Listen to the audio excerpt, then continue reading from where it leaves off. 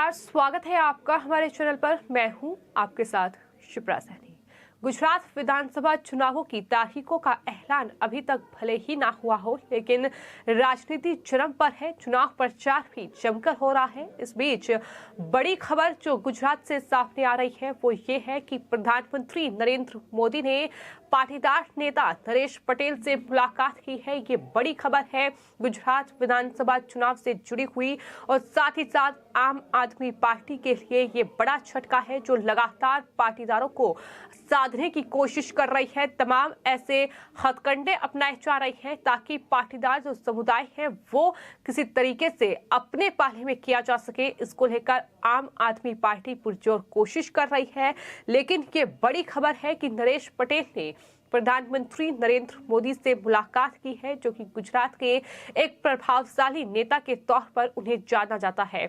लगातार नरेश पटेल को लेकर इस तरह की खबरें सामने आई कि आखिर नरेश पटेल, जिनका जिक्र बार बार गुजरात की राजनीति में हो रहा है, और भूपेंद्र पटेल जो कि गुजरात के मुख्यमंत्री है, उनसे ज्यादा कहीं न कहीं नरेश पटेल का नाम सामने आ रहा है। सवाल ये बना हुआ था कि दरअसल खोडलधाम ट्रस्ट के जो चेयरमैन है नरेश पटेल, जो कि हमेशा से ही सक्रिय राजनीति में आने से साफ तौर पर उन्होंने इनकार किया है, लेकिन इसके बावजूद भी नेताओं, प्रभावशाली लोगों में उनकी गिनती हुई है। और ऐसे में बड़ा सवाल ये बना हुआ है कि नरेश पटेल किसके हैं? क्या वो बिहार के मुख्यमंत्री नीतीश कुमार की तरह सबके हैं, या फिर किसी एक पार्टी को नरेश पटेल चुनेंगे? ये सबसे बड़ा सवाल अभी भी बना हुआ है, क्योंकि सूत्रों के हवाले से ये बड़ी जानकारी सामने आई है कि नरेश पटेल ने देश के प्रधानमंत्री, जो कि गुजरात के मुख्यमंत्री भी कई सालों तक रहे हैं, नरेंद्र मोदी,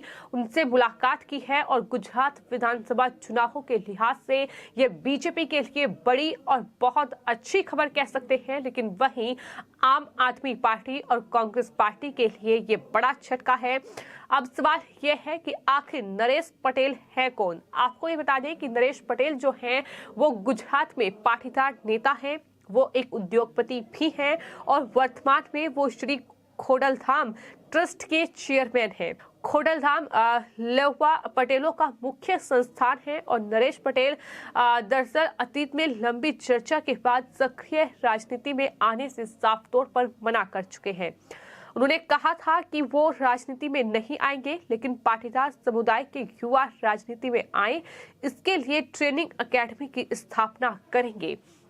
यानी उनका पूरा इंटरेस्ट इस चीज में है कि पाटीदार समुदाय के लिए अगर युवा जो है वो दरअसल राजनीति में सक्रिय होना चाहते हैं, तो जाहिर तौर पर वो दरअसल उनके लिए ट्रेनिंग एकेडमी की स्थापना करेंगे। काकवड़ गांव में उनका जन्म हुआ है। उनके दरअसल सौराष्ट्र यूनिवर्सिटी से उन्होंने अपनी पढ़ाई की है। राजकोट में रहकर बिजनेस और सामाजिक कार्य उनकी तरफ से किया गया है, लेकिन इस तरह से चूंकि वो पाटीदार समुदाय के एक बड़े नेता, एक जाने माना नाम है, तो जाहिर तौर पर ये अपने आप में बड़ी खबर है। इससे पहले तो आपको ये बता दें कि जो पाटीदार नेता हैं हार्दिक पटेल, जिन्होंने कांग्रेस पार्टी से इस्तीफा दिया और बीजेपी में वो शामिल हो गए, उसके बाद से ये माना जा रहा था कि दरअसल गुजरात में जो कि कहीं ना कहीं पाटीदार समुदाय एक अच्छा खासा वोट बैंक उनका है, उन्हें साधने के लिए तमाम कोशिशें जाहिर तौर पर जारी रहेंगी। और उसी कड़ी में हार्दिक पटेल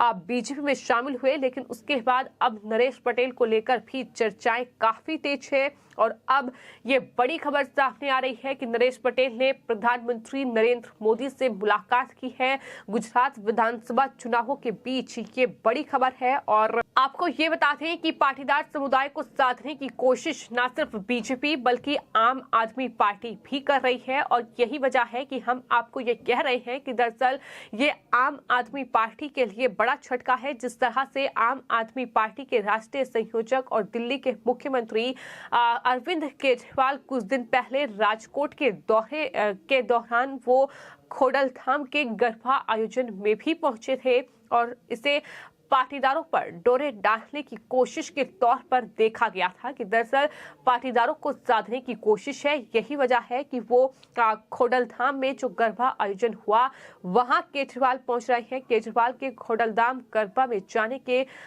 2 दिन बाद अब अनार पटेल की नरेश पटेल से मुलाकात ने राजनीतिक तापमान जरूर बढ़ाया था कि आखिर दरअसल क्या फैसला नरेश पटेल का होगा, इस पर सबकी निगाहें टिकी हुई है। फिलहाल ये मुलाकात हुई है, देखना दिलचस्प होगा कि आखिर नरेश पटेल क्या इस मुलाकात के बाद बीजेपी को ही तवज्जो देते हैं, क्या वो बीजेपी में ही शामिल होते हैं या फिर किसी तरीके से वो बीजेपी को ही अपना समर्थन देंगे। अगर वो ये कहते हैं कि वो सक्रिय राजनीति में नहीं आएंगे तो सवाल ये है कि नरेश पटेल क्या किसी भी तरीके से बीजेपी को समर्थन करेंगे। अगर जाहिर तौर पर ऐसा होता है तो कहीं ना कहीं ये बीजेपी के लिए बड़ी खबर होगी। और साथ ही इस पूरे मामले पर जो राजनीतिक विश्लेषक हैं उनका ये कहना है कि बैक सीट पर बैठकर मजा आ रहा हो तो ड्राइविंग सीट पर आने की क्या जरूरत है। ये विशेषज्ञ कहते हैं नरेश पटेल के बारे में।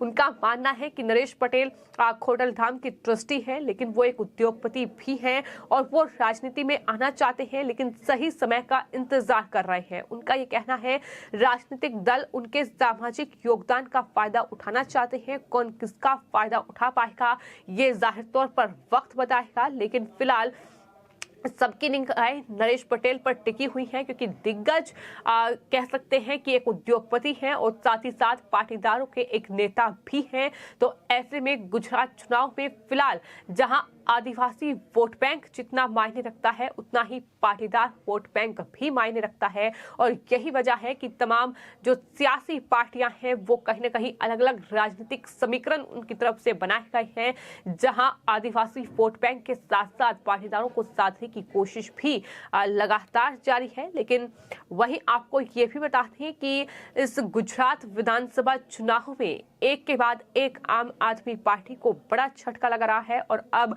पाटीदार अनामत आंदोलन समिति के संयोजक अल्पेश कथीरिया ने तैयारी कर रहे हैं वो बीजेपी में शामिल होने के लिए। इस तरह की खबरें भी सामने आई हैं तो ये आम आदमी पार्टी के लिए जाहिर तौर पर बड़ा झटका है। और वहीं बात अगर गुजरात में दरअसल आदिवासी वोट बैंक की जाए तो भारतीय ट्राइबल पार्टी ने पहले ही आम आदमी पार्टी से गठबंधन तोड़ दिया है। उनका साफ तौर पर यह कहना है कि सिर्फ और सिर्फ फायदे के लिए इस तरीके से आदिवासियों को याद किया जा रहा है, ये आरोप उनकी तरफ से लगाया गया था। यानी चुनावों से पहले ही गठबंधन टूट रहा है और ये जाहिर तौर पर केजरीवाल के लिए बड़ा झटका है।